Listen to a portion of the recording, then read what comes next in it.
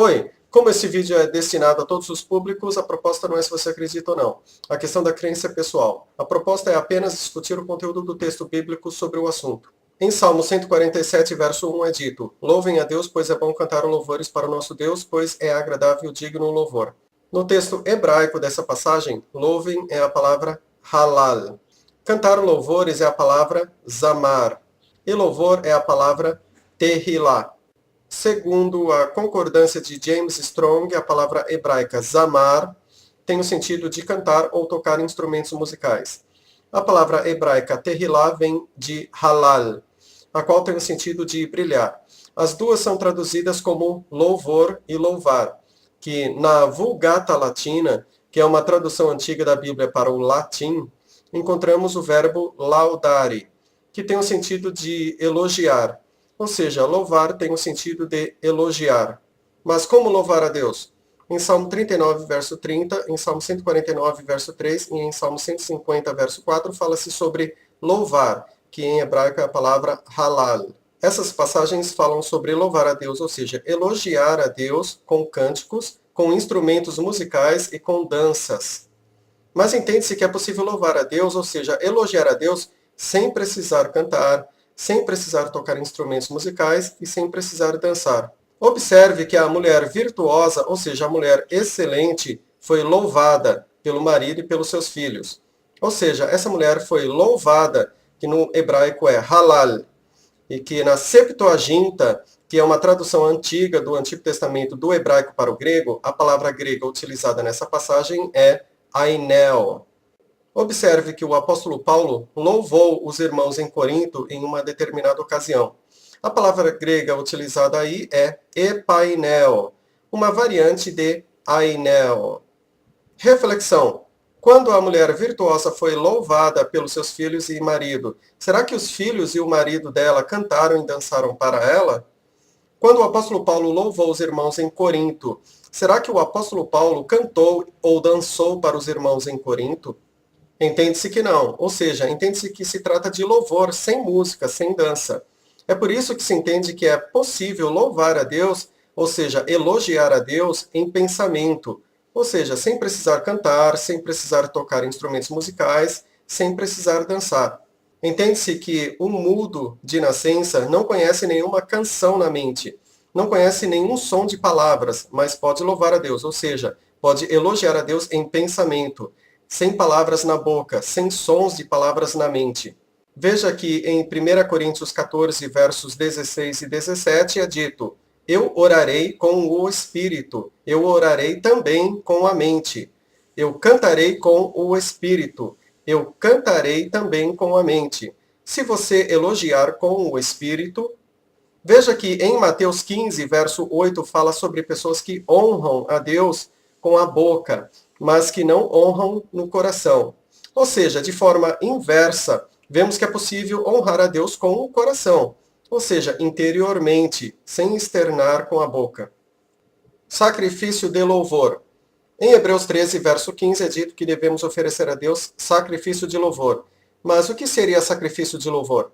No texto grego dessa passagem, a expressão sacrifício de louvor é thesian ainesios. No Novo Testamento, essa expressão aparece apenas uma vez, somente em Hebreus 13, verso 15. Essa expressão também aparece duas vezes na Septuaginta, que, conforme dito antes, é uma tradução antiga do Antigo Testamento do hebraico para o grego. No Antigo Testamento hebraico, a expressão utilizada é zevar todah, que literalmente significa sacrifício de gratidão, e aparece em Levítico 7, verso 13, e também em Salmo 107, verso 22. Na Septuaginta é Salmo 106, verso 22. É devido a isso que se entende que o sacrifício de louvor mencionado em Hebreus 13, verso 15, se refere ao sacrifício de gratidão. Nós vemos uma explicação parecida no comentário da Bíblia de Estudo de Genebra sobre Hebreus 13, verso 15. Perceba que louvar a Deus, ou seja, elogiar a Deus, está relacionado com a gratidão. No Antigo Testamento, o israelita deveria oferecer a Deus sacrifícios de gratidão, a fim de agradecer a Deus por algum livramento. O sacrifício de gratidão era um animal, o qual deveria ser comido no dia em que fosse sacrificado. Em Salmos, vemos que a gratidão por si só é considerada como um sacrifício. Reflexão filosófica. Os animais carnívoros se alimentam apenas de carne. Os seres humanos são onívoros, ou seja, podem se alimentar de carne e de plantas. Na natureza, vemos que para que alguns seres vivam, é necessário que outros animais e plantas morram, para que outros vivam. Encham-se do Espírito. Em Efésios 5, verso 18, há uma ordem para sermos cheios do Espírito. E os versos seguintes, 19, 20 e 21, explicam como fazer isso. E com a ajuda do contexto anterior, podemos entender isso melhor. O verso 21 mostra que devemos ser humildes. E o verso 20 mostra que devemos ter gratidão. Talvez haja alguma dificuldade em entender a explicação do verso 19, no qual o apóstolo Paulo diz: as pessoas que falem entre si com salmos, com hinos e canções espirituais, cantando e tocando ao Senhor. Ou seja, é fácil entender que ser humilde e ter gratidão contribua para sermos cheios do Espírito. Mas por que será que cantar também contribuiria para sermos cheios do Espírito? Como entender isso? O contexto anterior ajuda a entender isso. Perceba que o contexto anterior mostra pessoas externando falas ruins, tais como mentiras, palavras podres, gritarias, conversas tolas e piadas maldosas. Perceba que, em oposição a essas falas ruins, é que o apóstolo Paulo orienta as pessoas a falarem entre si com salmos, hinos e canções espirituais.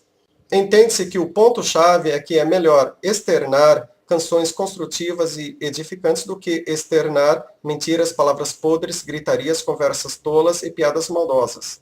Outro ponto a considerar é que, embora o apóstolo Paulo tenha explicitamente falado sobre salmos, hinos e canções, entende-se que a ideia principal está implícita.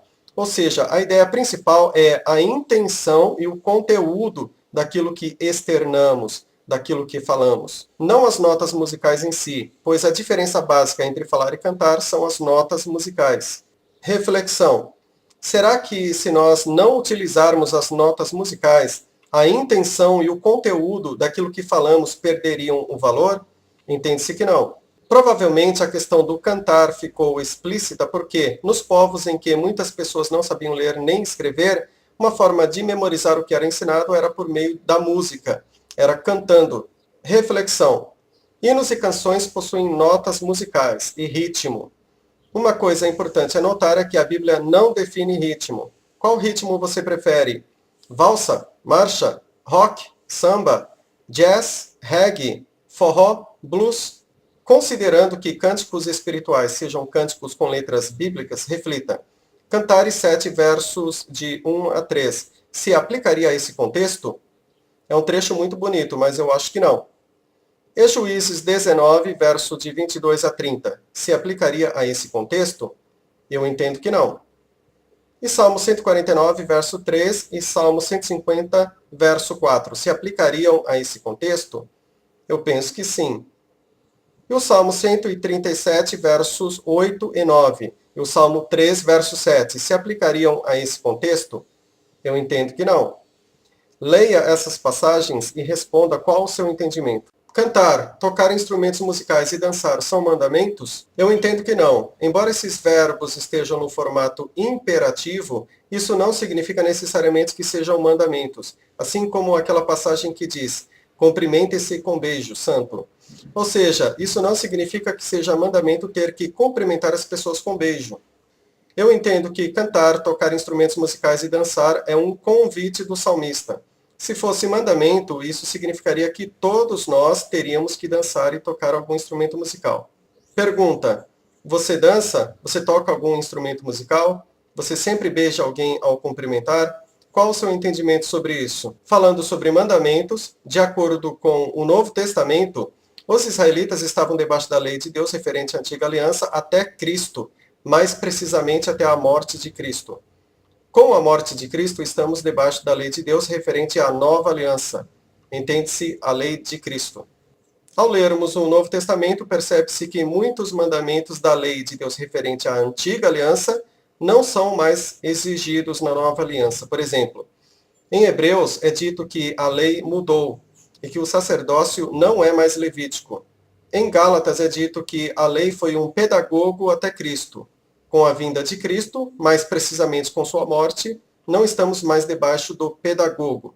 Em Atos é dito que no concílio de Jerusalém foi decidido que aos gentios, ou seja, aos não descendentes dos israelitas, seria exigido nada mais, apenas o necessário: abster-se da comida sacrificada a ídolos, do sangue, da carne estrangulada e do pecado sexual.